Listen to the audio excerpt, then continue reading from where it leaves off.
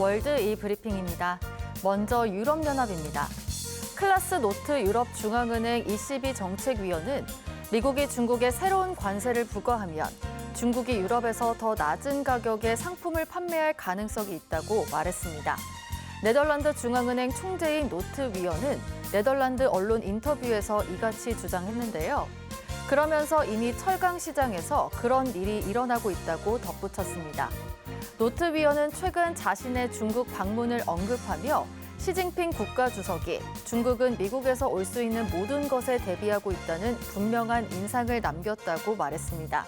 이와 관련해 트럼프 미국 대통령 당선인은 대선 유세 기간 모든 수입품의 10에서 20%, 중국 수입품의 60%의 관세를 부과하겠다고 공약한 데 이어 당선 후 중국 수입품에 추가 관세를 부과하겠다고 밝혔습니다.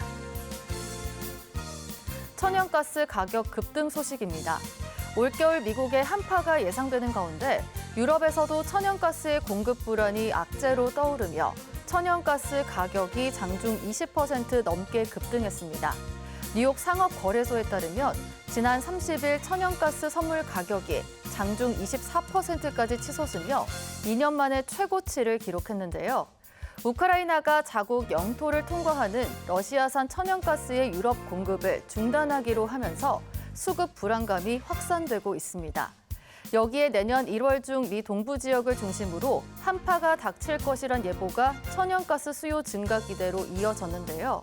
또 천연가스 가격이 뛰어오르면서 국제 유가도 동반 강세를 보였습니다. 베네수엘라입니다. 베네수엘라 사법부가 어린이들과 청소년들 사이에 유행한 위험 천만한 챌린지를 방치한 틱톡에 벌금 $10,000,000를 부과한다고 밝혔습니다.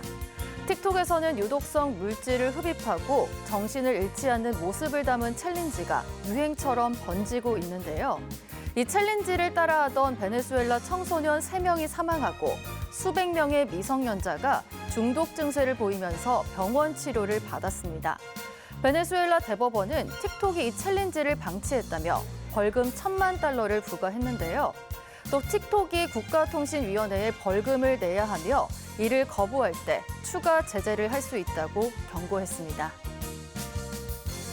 끝으로 중국입니다. 중국이 드론을 활용한 저고도 경제를 신성장 동력으로 내세우고 있는 가운데 고산지에서 재배한 과일 배송에도 드론의 활약이 돋보이고 있습니다. 중국 윈난성의 높은 고도와 복잡한 지형은 오랫동안 이곳에서 재배한 과일 운송에 큰 걸림돌로 작용했었는데요.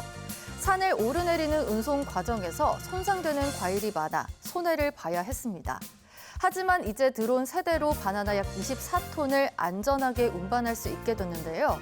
중국 당국은 산과 바다 등 도로 배송에 어려움이 있는 경우 드론이 효과적인 해결법이 될 것으로 기대했습니다.